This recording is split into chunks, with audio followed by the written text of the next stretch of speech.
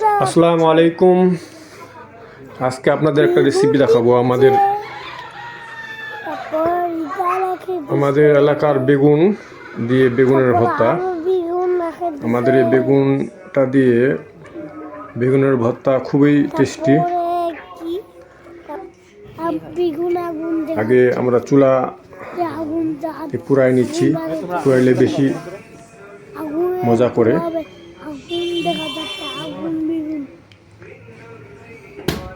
ভালোভাবে পুড়িয়ে নিচ্ছি খড়ির আগুন দিয়ে।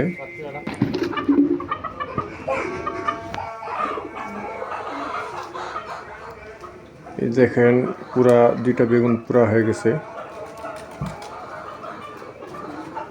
এখন একটা পাত্রে রাখছি, ভালোভাবে ধুয়ে পুরা অংশটা উপরের অংশটা ফেলে দিব, চামড়া যেটা আছে। তারপর এটার সাথে দিব কাঁচামরিচ, আদা, রসুন। আদাটা দিলে একটা ঘ্রাণ আসে, ভালো সুস্বাদু হয়।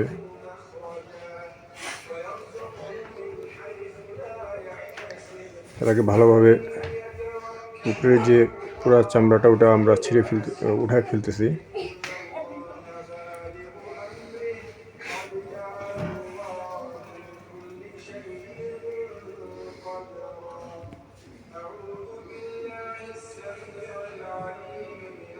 তিনটা বেগুন দিয়েছিলাম, তিনটা ভালোভাবে পুড়তে হবে।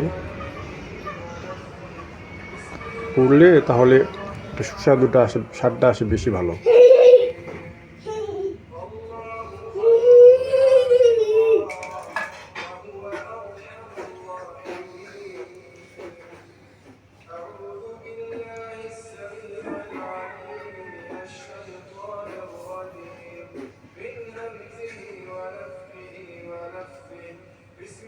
দেখছেন বেগুনটা পরিষ্কার করা শেষ।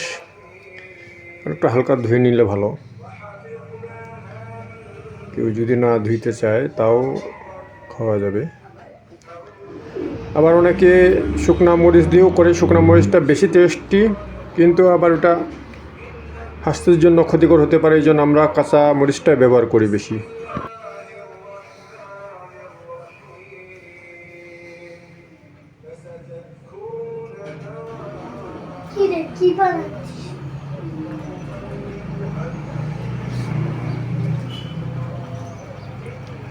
এই দেখতে পাচ্ছেন আমাদের বাসায় অল্প কয়েকটা কবুতর আছে।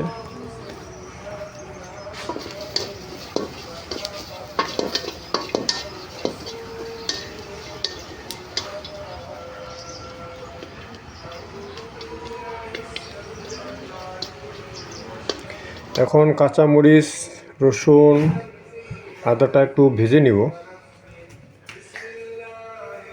কড়াইতে।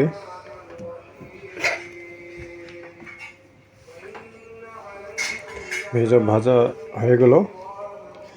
এখন একটু সরিষার তেল দিয়ে এটাকে ব্লেন্ডার করে নিব।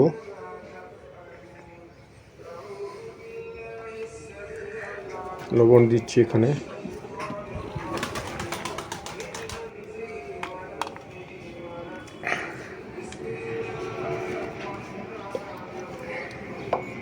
ব্লেন্ড করা হয়ে গেল।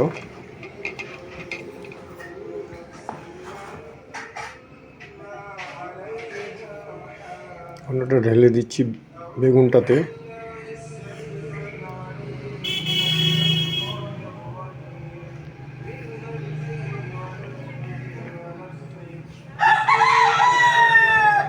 তারপরে পেঁয়াজ দিচ্ছি। কাঁচা পেঁয়াজ চিকন চিকন করে কেটে দিতে হবে। ভর্তাতে পেঁয়াজ না দিলে ভালো হয় না।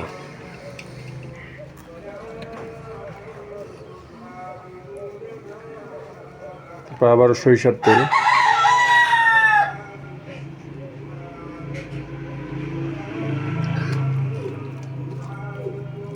এখন একটু হাত দিয়ে নেড়ে দিতে হবে, মিক্স করে দিতে হবে হাত দিয়ে।